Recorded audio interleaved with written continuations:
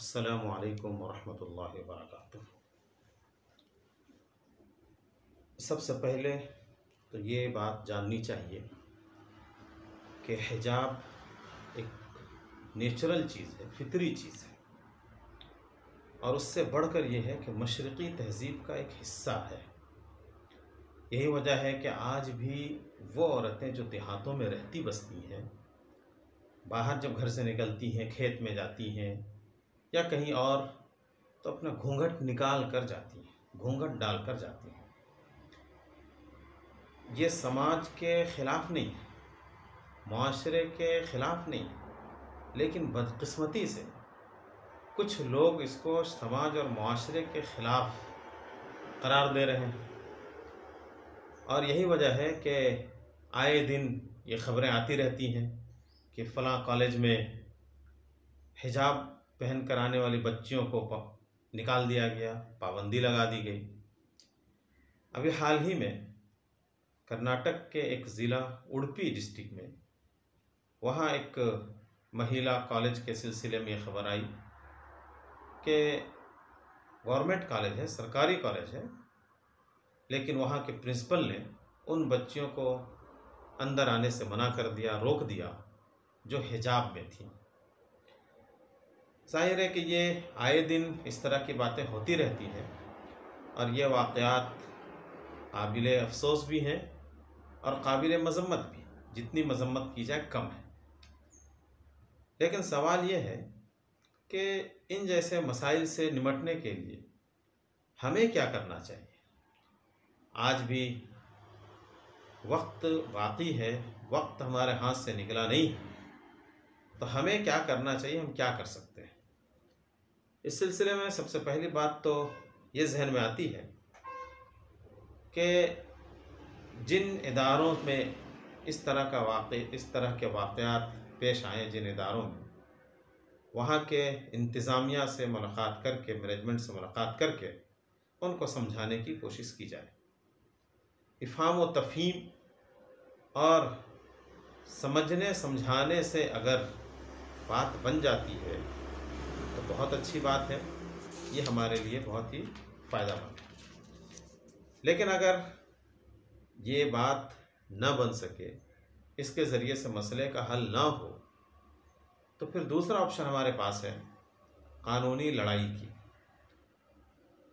قانونی اعتبار سے لڑائی لڑیں، کورٹ اور کچہریوں میں ان کو گھسیٹیں، ان کو چیلنج کریں، لیکن ظاہر ہے کہ یہ طویل کام بھی ہے، مشقت طلب بھی ہے، اور اس سلسلے میں بہت سارے لوگوں کو اطمینان بھی نہیں ہوگا، کیونکہ عدالتیں بھی ان کی ہیں، کورٹ اور کچہریوں کے جو جج ہیں وہ بھی ان کے ہو جاتے ہیں، اور جو نہیں ہوتے ان کو اپنا بنا لینے کی کوشش کی جاتی ہے۔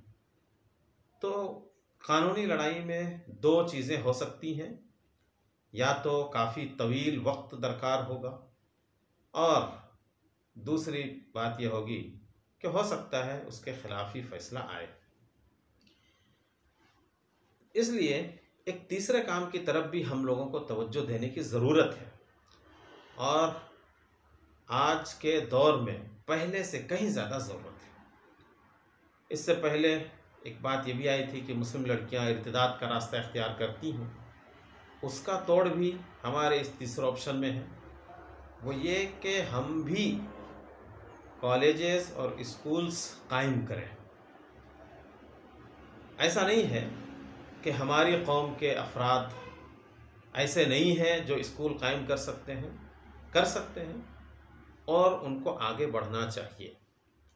یہ سمجھ لیجئے کہ جس تعلیم کو ہم عصری تعلیم کہتے ہیں، عصری نظام تعلیم، ان کا حصول بھی فرض کفایہ ہے۔ امام غزالی رحمۃ اللہ علیہ نے اس کی صراحت کی ہے،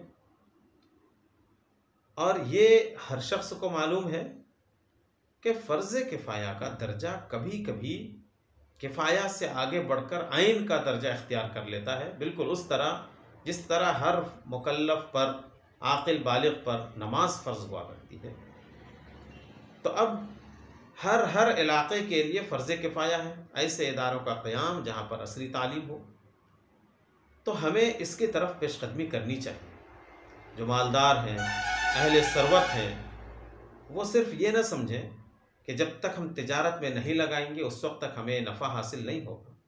یہاں بھی نفع آپ کو ملے گا، لیکن ساتھ میں ایک بونس بھی ہے، قوم کی خدمت بھی ہو جائے گی۔ تو اس طریقے سے آپ اجر کے بھی مستحق قرار پائیں گے، دوہرا اجر کے مستحق قرار پائیں گے۔ اس لیے اس طرف خصوصی طور پر توجہ دینے کی ضرورت ہے۔ اور پھر مسلم گارجنوں سے بھی کہا جائے گا کہ آپ اپنے بچوں کو اور بچیوں کو مسلم انتظامیہ والے، مینجمنٹ والے اداروں میں ہی داخلہ کرائیں۔